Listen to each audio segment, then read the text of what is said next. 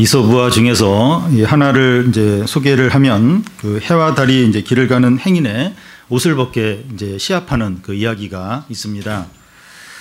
바람이 먼저 행인의 겉옷을 벗게 하려고 바람이 세게 이제 불게 되는데 행인은 그 두 팔로 더 옷을 움켜 잡으면서 옷이 벗겨지지 않도록 합니다. 바람이 이제 실패합니다. 이제는 해가 이제 행인의 겉옷을 벗게 하는데 해가 더 뜨겁게 비추자 행인이 땀을 뻘뻘 흘리면서 스스로 겉옷을 벗게 됩니다. 이 우화라고 하는 것은 이 동물이나 식물이나 무생물들을 인간 같은 존재로 등장시켜서 도덕적인 교훈을 주는 짧은 이야기를 가리킵니다. 여룻바알의 70명의 아들 중에서 막내 아들 요담이 아비멜렉이 저지른 이 제약과 세겜 사람들의 어리석음을 나무 우화로 풍자를 하고 있습니다. 기드온은 이스라엘을 그 미디안의 압제로부터 구원하는 큰 업적을 행했지만 그 이후 그의 남은 생애는 믿음의 삶이라고 볼 수가 없습니다. 그는 왕이 되어 달라는 백성들의 요청을 거절했지만 왕 같은 부유한 생활을 했습니다. 아들이 70명이나 되었고 세겜에 사는 첩에게서 낳은 아들까지 있었습니다. 기드온이 죽고 이스라엘의 리더십에 이 공백이 생기자 세겜에 사는 첩에게서 태어난 아들 아비멜렉은 이스라엘의 왕이 되려고 세겜에 찾아갑니다.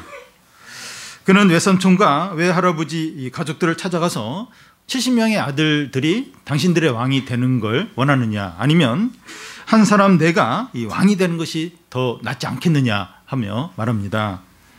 나는 당신들의 혈육이라고 설득합니다. 세겜 사람들은 아비멜렉이 그들의 혈육이라는 이유 한 가지만으로 돈을 주고 지지를 해줍니다. 아비멜렉은 그 돈으로 이 건달들을 사서 요담을 제외한 그 나머지 그 70명의 아들을 한 바위에서 죽입니다. 세겜 사람들은 아비멜렉을 자기의 이제 왕으로 이제 삼습니다. 그런 일이 있은 후에 이 죽음의 자리에서 가까스로 피한 그 막내 아들 요담은 나무 우화로 이 아비멜렉의 죄악과 또 세겜 사람들의 어리석음을 알립니다. 첫 번째는 이 나무들이 왕이 되기를 거절하는 이유입니다. 사람들이 승진하고 출세하고 또 높은 자리에 올라가려고 하는 건 누구나 다 좋아합니다.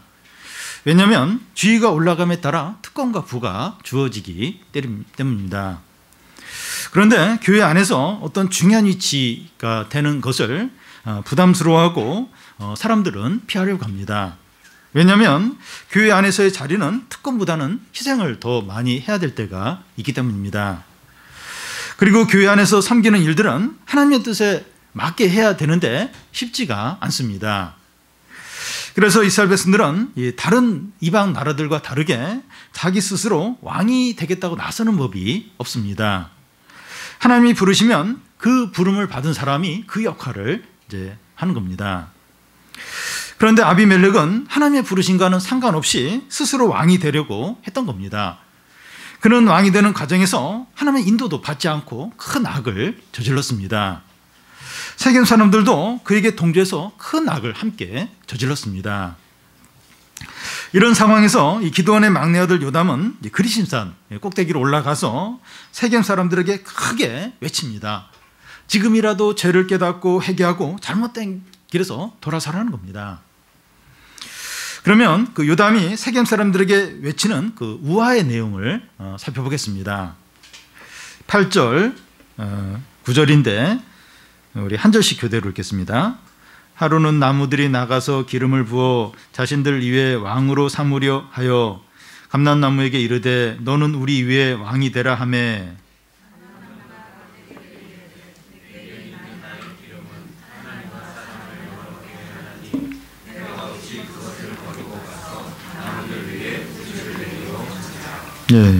이 우화에 나오는 감람나무, 무화과나무, 포도나무는 가나안의 대표적인 세 가지 그 나무입니다.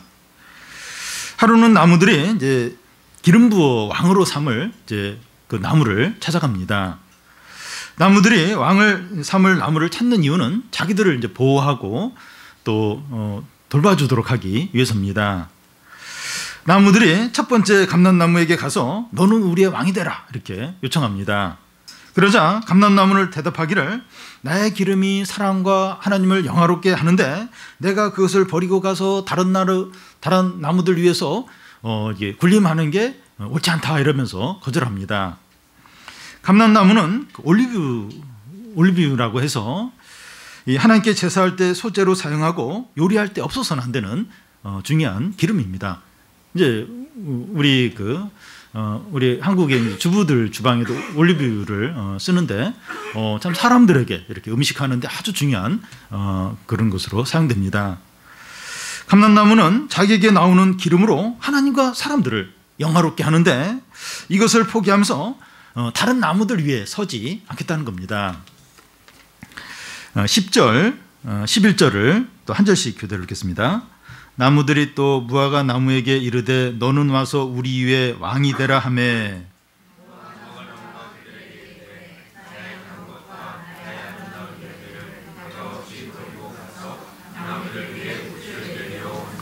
네. 이번에는 나무들이 무화과 나무에게 찾아가서 우리 왕이 되어달라고 요청합니다. 그러자 무화과 나무가 대답하기를 나의 탄 것, 나의 아름다운 실과를 어찌 버리고 나무들 위해서 요동하겠느냐 그러면서 거절합니다. 무화과 나무 열매는 그 자체로도 이제 맛있게 먹지만 음식에 넣어서 달게 하는 효과가 있습니다. 나의 단 것 아름다운 열매를 포기하고 나무들 위해서 나서고 싶지 않다는 겁니다. 12절, 13절을 한 절씩 교대로 읽겠습니다.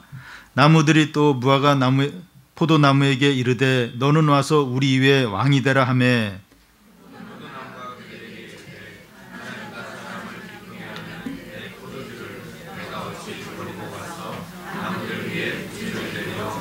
네.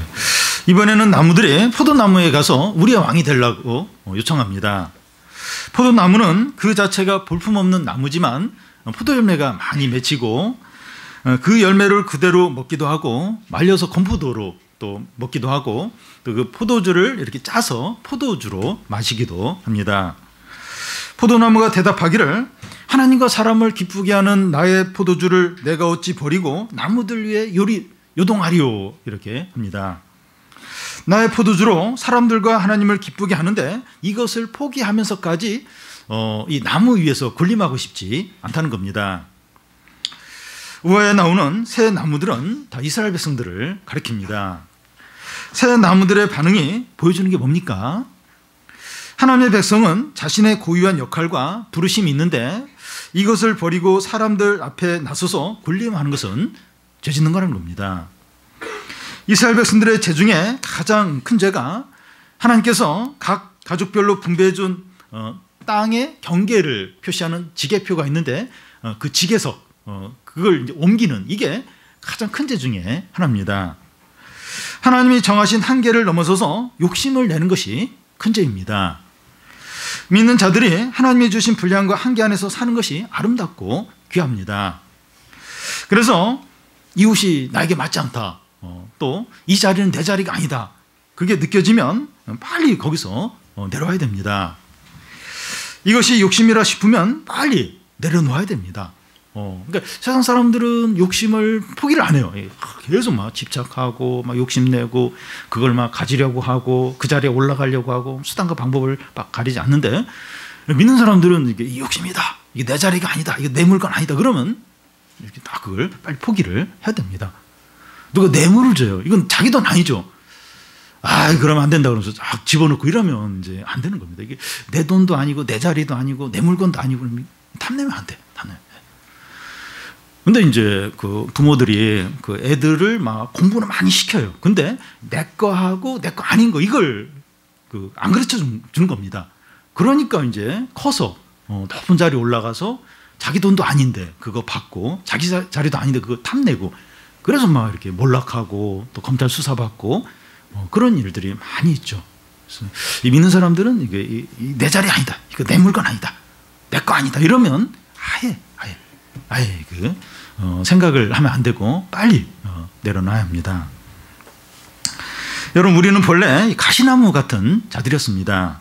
그런데 이 성령을 통해서 또 이렇게 성령으로 거듭나서 감람나무, 포도나무, 또 무화과나무가 된 겁니다. 그래서 사람들을 유익하게 하고 하나님께 영광을 돌릴 수 있는 은사들을 갖게 되었습니다. 그런데 우리 자신은 은사들을 잘 모를 수 있습니다. 은사가 있기는 있지만 아직 개발되지 않은 은사들도 있습니다.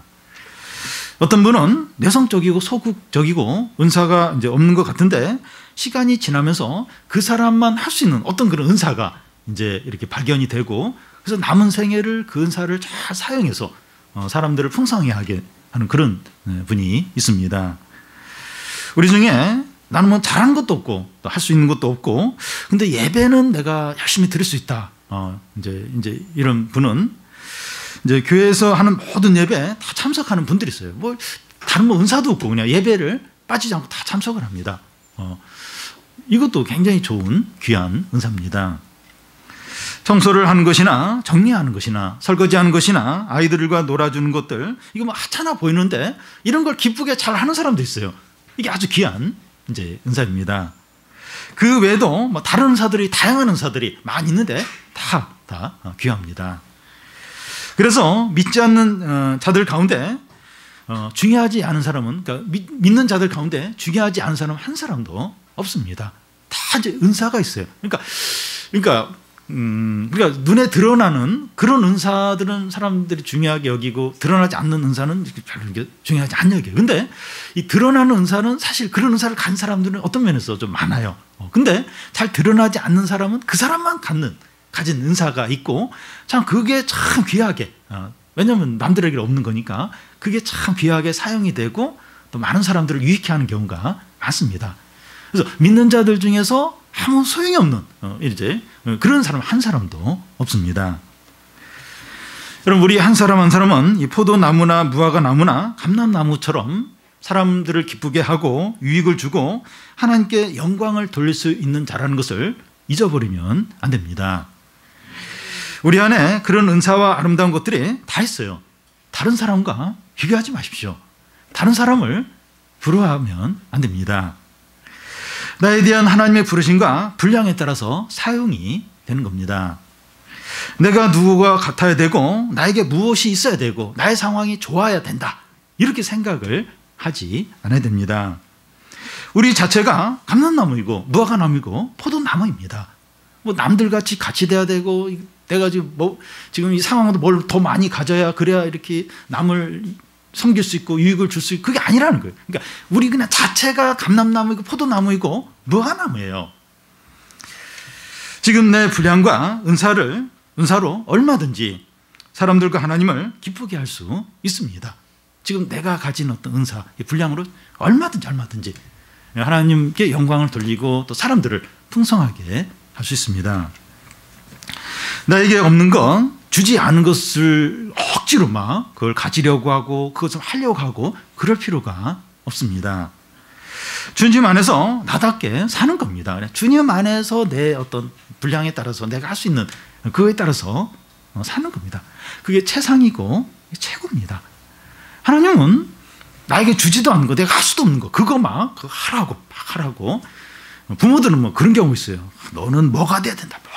애는 뭐 그렇게 되지도 않고 그러고 싶지도 않은데 너는 이렇게 해야 된다. 내가 못 이룰 꿈을 이뤄야 된다. 우리 집안에 그런 사람 한 사람 있어야 된다. 뭐 이런 식으로 애가 뭐 그 애 인생이 참 비참할 수 있죠. 하나님 그런 식으로 안 한다는 거예요. 그러니까 내 분량과 내가 할 수 있는 거기서 이제 이렇게 사람들을 섬기고 또 그런 일을 하는 거죠.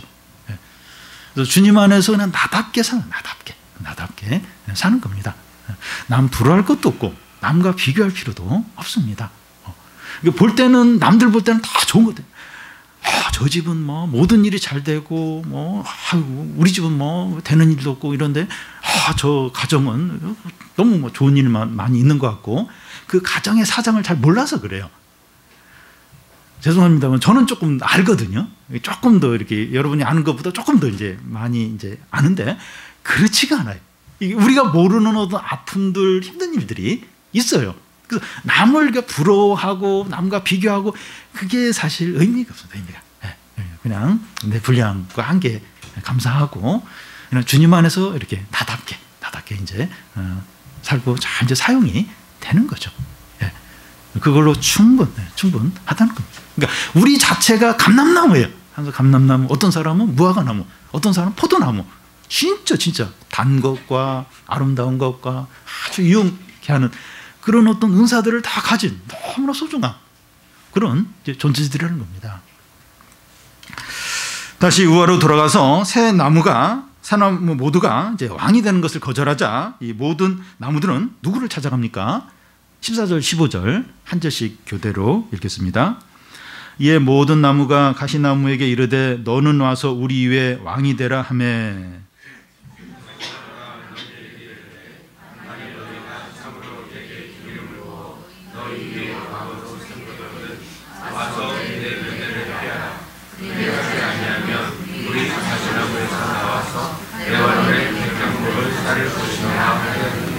네, 모든 나무들이 가시나무에게 가서 우리 왕이 되어 달라고 요청합니다. 이 팔레스타인에 있는 가시나무는 가시가 많고 이제 바늘이 있기 때문에 아무 쓸모가 없습니다.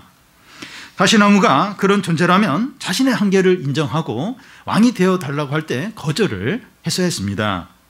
그런데 가시나무가 나무들에게 어떻게 대답합니까? 너희가 참으로 내게 기름을 부어 왕으로 삼겠거든 와서 내 그늘에 피하라고 합니다. 가시나무는 작은 잎이 3개에서 5개 정도밖에 없고 그 잎도 머리카락같이 이렇게 되어 있기 때문에 그늘이 없습니다. 그런데도 자기 그늘에 피하라고 말합니다. 그늘에 피하라고 하는 것은 자기의 보호하에 들어오라고 하는 것인데 그늘이 없는데도 그늘에 들어오라고 하는 것은 욕심과 강요입니다. 자기는 그럴 능력이 안 돼요. 그렇게 할 수도 없어요. 근데 와서 나의 보호를 받으라 막 요구를 하는 건 욕심이죠. 강요입니다. 만약에 자기 욕심대로 자기 요구대로 하지 않으면 어떻게 한다고 합니까? 그리하지 아니하면 불이 가시나무에서 나와서 레바논의 백향목을 사를 것이라고 합니다. 실제로 광야에서 불이 나는 원인 중에 하나가 이 가시나무들이 서로 바람이 불면서 부딪혀요. 부딪히면서 불꽃이 일어나서 이 들판에 이제 불이 일어나는 경우가 있다고 합니다. 레바논의 백향목은 가장 좋은 나무입니다. 이 가시나무하고 비교가 안 됩니다. 그런데 자기를 인정하지 않고 자기를 따르지 않으면 백향목을 다 태워 버리겠다는 겁니다. 여기서 가시나무는 아비멜렉을 말합니다. 그가 가시나무인 것은 하나님께 나오지 않기 때문입니다. 아비멜렉은 첩의 아들이긴 하지만 기드온의 아들 중에 한 사람입니다. 존귀한 자죠. 그가 하나님의 은혜에 겸손히 나오면 그도 포도나무나 감람나무처럼 사용이 될 수 있습니다. 그런데 그는 하나님의 은혜를 스스로 버리고 욕심으로 향한 겁니다. 여러분, 사람이 포도나무냐 감람나무냐 아니면 이 가시나무냐 하는 차이가 어디서 옵니까? 그가 하나님의 은혜 가운데 있느냐 아니면 은혜에서 떠났느냐 하는 겁니다. 누구는 감람나무, 누구는 참 포도나무, 누구는 가시나무. 그 차이는 은혜 가운데 있느냐 아니면 은혜 떠났냐 하는 데서 오게 됩니다. 하나님의 은혜를 떠나면 욕심 가운데 사는 가시나무인 거예요. 네. 여러분, 모든 사람은 죄인이고 마음이 부패되어 있기 때문에 하나님의 은혜가 없으면 가시나무가 돼요. 근데 은혜가 있으면 포도나무가 되고 감람나무가 되는 겁니다. 다 못하면서 가시나무예요. 가시나무 다 죄인이고 그 마음이 부패되어 있어요. 근데 하나님 은혜 가운데 있으면 가시나무인데 이렇게 포도나무로 바뀝니다. 감람나무로 바뀌어요. 근데 은혜가 없으면 하나님으로도 멀어져 있으면 그냥 가시나무 그 자체로 그냥 이제 있는 거죠. 성도 여러분, 다른 사람을 유익하게 하고 기쁘게 하는 열매들은 우리 안에 나오는 것이 아니라 하나님의 은혜를 통해서 옵니다.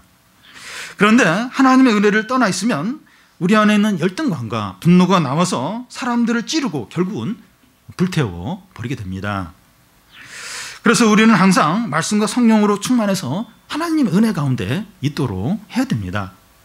우리가 왜 자꾸 이렇게 말씀을 가까이 하고 또 예배를 좀 드리려고 하고 자꾸 기도하려고 하고 그렇게 해야 되는 이유가 뭔가 하면 그래야 이제 은혜가 우리 가운데 있으면서 우리 안에서 분노나 이제 이런 이 나쁜 것들이 이제 나오지 않게 됩니다. 근데 이 은혜에서 멀어지면, 하나님을 멀어지면 그냥 나오는 거예요.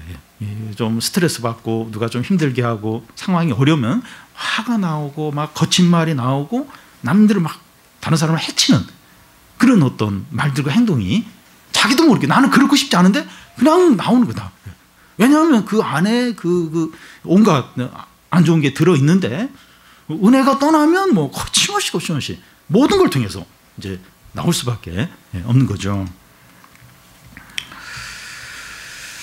이 부르심대로 살고 한계 안에 머무는 게 얼마나 축복인지 모릅니다.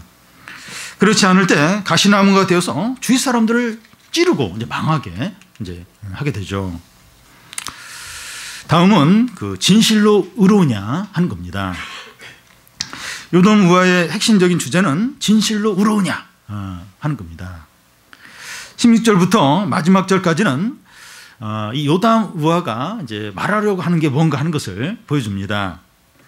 먼저 16절부터 18절까지인데 이 아비멜렉과 세겜 사람들이 한 일이 진실하고 의로우냐 하고 묻는 내용입니다. 16절부터 18절까지 한 절씩 교대로 읽겠습니다. 이제 너희가 아비멜렉을 세워 왕으로 삼았으니 너희가 행한 것이 과연 진실하고 의로우냐? 이것이 여룻바알과 그의 집을 선대함이냐? 이것이 그의 손이 행한 대로 그에게 보답함이냐?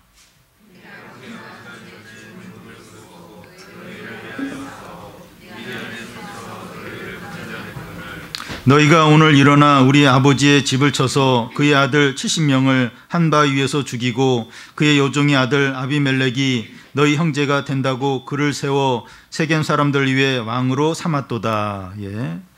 우리 아버지 기드온이 전에 목숨을 걸고 미디안 족속에게서 너희를 구원하였는데 우리 아버지의 아들 70명을 한 바위에서 죽이고 아비멜렉이 너희의 형제라고 그런 이유만으로 왕을 삼은 것이 진실하고 의로우냐 하고 묻습니다.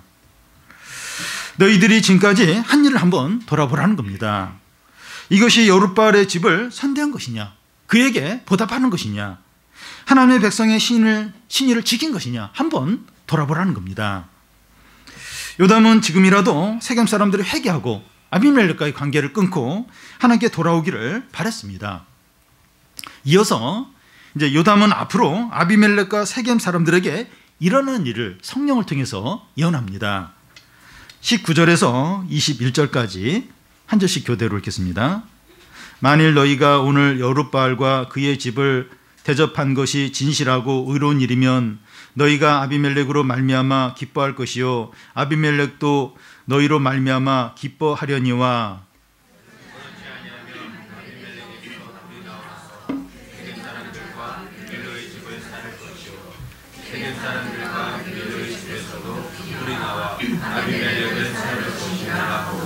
같이 읽겠습니다. 요담이 그의 형제 아비멜렉 앞에서 도망하여 피해서 브엘로 가서 거기에 거주하니라. 예. 기드온과 그의 집에 행한 것이 진실하고 의로우면 아비멜렉과 너희들이 서로 기쁨과 만족을 누릴 거라는 겁니다. 그런데 진실과 의로움이 아니라면 세겜 사람들과 아비멜렉이 서로에게 불이 나와서 서로를 불사르게 된다는 겁니다.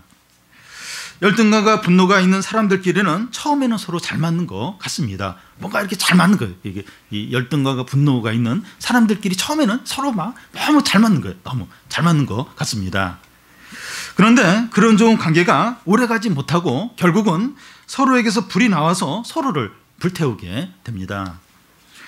오늘 본문 말씀에 다음에 보면 이 아비멜렉과 세겜 사람들 사이에 불이 나와서 서로를 불사르게 되는 것을 볼 수 있습니다. 요담이 우화를 말할 때 그때 상황을 보면 아비멜렉이 원한 대로 다 되었습니다.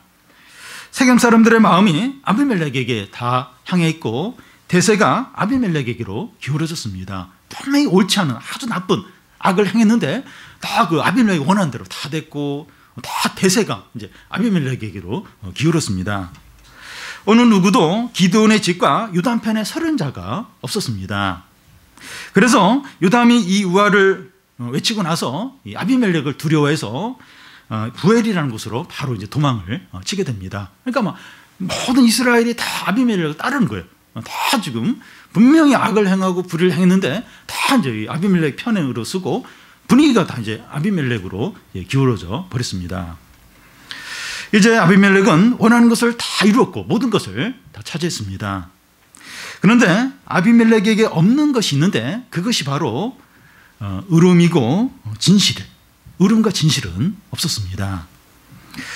그러나 진실과 의로움의 결핍은 결정적인 결핍입니다. 그러니까 아비멜렉 원하는 걸 다 이뤘어요. 다 자기가 다 차지하게 됐어요. 근데 그에게 딱 결핍된 게 한 가지 있어요. 뭔가 하면 진실과 의로움은 없는 겁니다. 근데 이 진실과 의로움의 결핍이 결정적인 결핍입니다. 이것이 없으면 당장 건재한 것 같더라도 결국 망하게 됩니다. 하나님이 반드시 심판을 하십니다. 실제로 아비멜렉은 3년이 지난 후에 망하게 됩니다. 그래도 3년은 괜찮지 않을까? 3년 후에 망하는 거예요. 완전히 망하는 겁니다.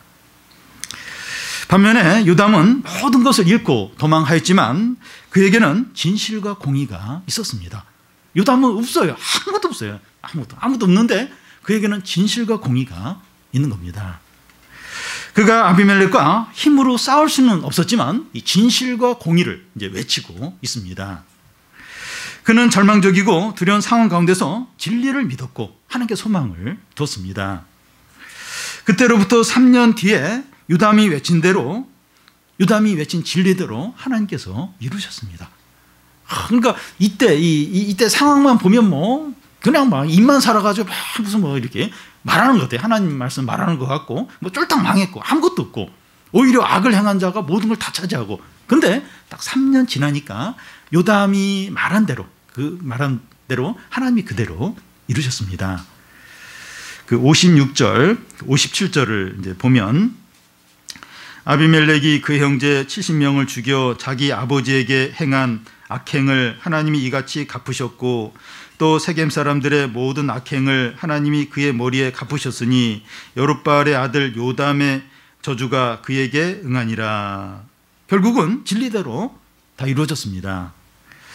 불의와 인간적인 욕심으로 이루어진 일들이 오래 이제 갈 것 같았지만 3년 동안만 지속이 되었습니다. 그래도 3년 지속이 딱 3년 지나고 망하는 거예요. 쫙 빼앗기고 모든 걸 이제 있는 겁니다. 진실과 진리가 없는 온갖 시도들은 오래가지 못합니다. 이 진실과 이 진리가 없는 그런 모든 시도들 오래 못 가요. 오래 못 갑니다. 성도 여러분, 우리가 하는 공부나 직장 생활이나 사업이나 자녀 교육이나 미래를 준비하는 어떤 일들이 진실과 진리가 있는지 들어봐야 합니다. 혹시 욕심과 인간적인 생각으로만 하고 있지 않는지 점검을 해봐야 됩니다. 우리가 열심히 하는 어떤 일이 현재는 잘 되고 있어도 진실과 진리가 없으면 오래가지 못합니다. 오래가지 못한다면 그 의미가 없어요. 이게 뭐 망할 건데, 다 잃어버릴 건데 그게 무슨 의미가 있겠습니까? 현재는 잘 되더라도 그 안에 진실과 이 진리가 없으면 오래 못 가는 거예요. 오래 못 가고 그냥 사라지고 무너지게 되는 겁니다. 그런데 시작은 보잘것없고 현재는 잘 되지 않아도 진실과 진리로 하고 있다면 소망이 있어요. 소망이 있습니다. 미래가 있습니다. 여러분, 현재 우리의 상황이 도망치는 요담처럼 의지할 것이 아무것도 없고 절망적일 수 있습니다. 믿음으로 사는 나는 불안해요. 불안합니다. 그런데 세상적인 방법으로 하는 사람들은 잘 될 수 있습니다. 나는 뭐 그대로 막 기도하고 그래도 막 말씀을 의지하고 막 그렇게 막 하는데 불안해. 미래 보장된 게 아무것도 없어요. 근데 뭐 세상적인 방법으로 하나님 없이 욕심으로 하는 사람은 너무 잘 되고 일 척척 되고 뭐 일이 막 돼가는 게 눈에 보이고 그럴 수 있습니다. 그럴 때 어떻게 됩니까? 나는 막 불안하고 하나님 없이 사는 사람은 잘 되고 그래서 막 마음이 막 흔들려요. 어떻게 됩니까? 우리도 그냥 믿음이고 말씀이 그냥 내려놓고 일단은 그냥 결과를 위해서 그냥 사람들 하는 대로 그냥 그대로 하고 그냥 또 수단과 방법도 안 거리고 그렇게 됩니까? 어떻게 됩니까? 요담이 했던 것처럼 진리를 굳게 붙들고 진리를 외치는 겁니다. 양옆에 큰 파도가 치고 물 위로 걷는 것 같지만 주님을 끝까지 바라보는 겁니다. 주님을 바라본다고 하는 건 주님 사실 뭐 눈에 안 보이잖아요. 주님의 능력과 신실하심과 그분의 위엄과 그걸 신뢰를 하는 거예요. 신뢰를 하고 자신을 다 맡기는 겁니다. 그리고 그 의지를 하는 것이고 그분께 순종을 하는 것이고 그러니까 막 무슨 소리가 들리고 사실은 너무 어려워요. 어렵고 막 또 이렇게 막 힘들게 하는 사람들도 있고 내 마음속에도 막 확신 안 쓰니까 불안하고 근데 그 능력이 많으신 그 전능하신 그리고 아주 신실하신 그 위엄 가운데 계신 온 세상을 다스리고 또 주관하시고 심판하실 그 주님을 바라보고 그 주님을 의지하고 그 주님께 맡기고 그분의 말씀에 순종하고 그게 이제 주님을 바라보는 거죠. 하나님 없이 모든 것을 갖추고 잘 나가는 사람보다 아무것도 없고 불안하더라도 진리를 붙들고 있는 사람이 더 확실하고 소망이 있습니다. 그래도 돈이 있어야 되고 그래도 눈에 보이는 게 그게 더 낫지 않느냐? 하나님 말씀이 무슨 소용이 있냐? 그렇지 않아요. 그렇지 않습니다. 눈에 보이는 건 한순간에 사라집니다. 지금 베트남의 베트남 박항서 감독이 엄청나게 지금 영웅으로 지금 막 이제 이렇게 지금 그렇게 엄청난 그 대접을 받고 또 이렇게 주목을 받고 있는데 그 박항서 감독이 그 인터뷰하면서 무슨 얘기를 했는가 하면 그 인기라고 하는 건 한순간에 안개처럼 사라진다 이런 얘기를 했어요. 이분이 그걸 경험을 이제 했잖아요. 2002년 막 한국 축구 막 4강 올라가고 이랬을 때 막 엄청나게 그랬는데 뭐 1년도 안 돼가지고 싹 인기나 이게 싹 사라진 거예요. 그걸 이제 본인이 경험을 했기 때문에 지금 막 베트남 사람들이 자기를 막 그렇게 해도 이 인기 뭐 그만 사라진다. 아침 안개처럼 사라진다. 이제 그런 말을 이제 할 수 있는 겁니다. 그러니까 세상의 모든 일이 그래요. 지금 막 너무 잘 되고 또 막 이렇게 돈도 많고 막 사업도 잘 되고 사람들 인정하고 근데 변수가 생기고 하나님이 이렇게 좀 딱 은혜를 걷어가시면 한순간에 딱 사라져요. 싹! 그 썰물 빠지듯이 싹 사라지면서 아무것도 없게 됩니다. 그래서 지금 불안하면서 이렇게 하나님께 소망을 두고 또 이렇게 진리를 붙들고 그게 하나님 없이 지금 훨씬 잘 되고 이렇게 안정적이고 그럴 것보다 훨씬 나요. 훨씬 낫습니다. 왜냐하면 그 말씀대로 됩니다. 하나님이 책임지세요. 인도하십니다. 그리고 하나님이 길을 열어주세요. 우리의 목자가 되셔서 이끌어 주십니다. 그게 훨씬 더 이제 나은 겁니다. 그래서 우리가 눈에 보이는 거에 너무 눈에 보이는 너무 거기에 마음을 빼앗기지 않도록 눈에 보이지 않지만 그 하나님 신뢰하고 의지하고 그분의 말씀에 순종하고 이게 훨씬 더 복된 거예요. 훨씬 더 미래가 있고 훨씬 더 소망이 있는 겁니다. 지금 우리가 보잖아요. 지금 요담하고 아비멜렉 원하는 대로 다 해서 다 가졌어요. 대세가 이제 아비멜렉이에요. 딱 3년 지나고 나서 우리가 그 다음 시간에 보겠지만 쫄딱 망해요. 그 세겜 사람하고 아비멜렉 사이에 불이 나와가지고 서로 죽이면서 또 아비멜렉은 또 여자가 이제 위에서 이제 그 맷돌을 던져도 그거 맞고 머리가 뽀개지면서 그러니까 그 여자한테 죽었다, 여자한테 맞아 죽었다 이러면 막 최고의 수치입니다. 그래서 막 그렇게 맞았을 때 나한테 부하한테 칼로 찔러서 나를 죽여달라고 내가 이렇게 막 여자한테 돌에 맞아 죽었다 이렇게 남을까 이제 창피하다고 그 정도로 엄청나게 수치스러운 이제 죽음으로 여기는데 그런 비참한 죽음을 이제 3년마다 다 3년 만에 당하면서 그냥 아무것도 없이 그냥 사라져 버리는 겁니다. 이게 눈에 보이는 게 그렇게 한순간에 사라진다는 거예요. 그래도 현금이 있어야 되고 뭐 눈에 보이는 게 있어야 되지 뭐 하나님 말씀 뭐 이게 약속 그게 무슨 소용이 있나? 그렇지 않다는 거예요. 그렇지 않습니다. 그래서 보이는 거 없어도 불안하고 상황이 더 어렵고 막 안 좋은 소문 들리고 하나님 바라보는 거예요. 그 크신 하나님, 전능하신 하나님, 그 하나님 의지하고 그 하나님께 맡기고 그 말씀에 순종하고 그 말씀대로 돼요. 그 말씀대로. 딱 3년 지나니까 그 요담이 그 예언한 대로 그대로 하나님이 싹 이루신 겁니다. 우리 모두가 이 진리를 붙들므로 진리대로 되는 것을 다 보고 누리는 성도들이 되시기를 바랍니다.